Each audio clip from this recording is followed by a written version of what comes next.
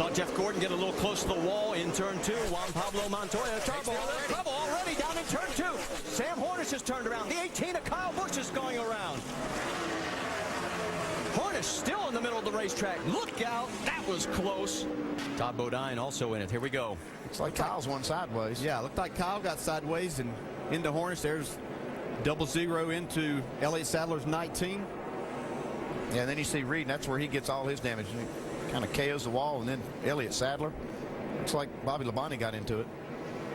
Now they fan out 3 wide as they get into 3. Wow, those trucks are... Oh, trouble already on Austin Dillon in it, as well as Johnny Sauter. The 18 of Kyle Busch is also involved. 98. Oh, look at this truck. The 10 of Jennifer Jo Cobb also involved.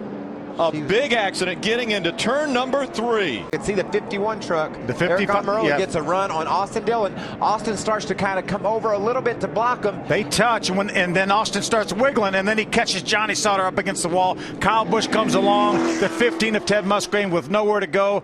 The 98 of Landon Castle runs into his teammate Johnny Sauter. See right there, you see the 3 start wiggling, and then he's going to lose control.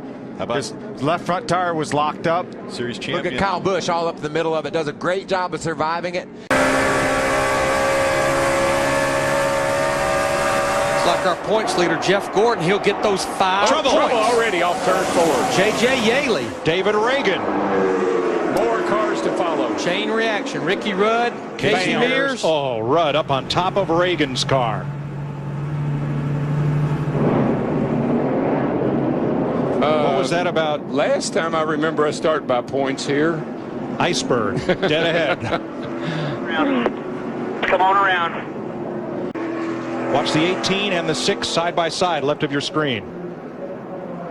Oh, the 6 car just pushes up into Jaley in the 18, and that started the whole mess. Then they come back out into the racetrack right here, and that's what created the rest of the problem. Here comes Rudd. Watch this thing back up on top of that 6 car. Ricky was trying to slow up, Darrell, and got turned around, got hit from behind and turned around. You know, I don't think it hurt Rudd's car much. Behave themselves so far anyway, but you still got to get through 2 and 3 on the first lap. Ricky Rudd gets the jump. He's the early leader. Oh, trouble! Steve Park is off into the infield. Another car valve over on his lid. It's Parkindale Jr. Terrible crash. Watch the yellow car back there just turn left. And when you hit wet grass, it feels like you pick up 200 mile an hour. But you can see how that barrier gave way when Absolutely. that car got into it. That barrier absorbed a lot of energy, and I'll tell you what, that nice to see. Of the two-lane path, and he went high to do it. See Timothy Peters, look how much ground he's looking. Oh, and up into Timothy Peters, and maybe into the wall goes the 30 of Hornaday. Hornaday goes around before they come out of turn 4. Oh, big crash. Spencer Gallagher in the back of Amon Quiroga. Timothy Peters got a piece of that as well. He's crawling down the apron right now with smoke trailing from his truck. Let's watch closely and see if they do make contact. Yes, right there it is. And that nudge was just enough to move him up off the bottom of the racetrack. If Timothy hadn't been there, Ron may have been okay. And look at the great job that Quiroga was doing to come through there. Spencer Gallagher, however, didn't get slowed down in time. Trouble back straight away. Car around.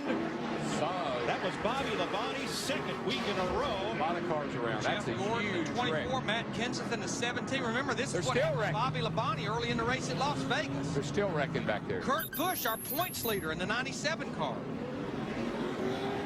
And just like yesterday, we don't get through the first lap here. In the beginning, in the points, Bobby Labonte's not even in the top 35 right now. Well, it was Casey Mears that got loose first. I think that really started a little further up with those guys reacting to what they saw.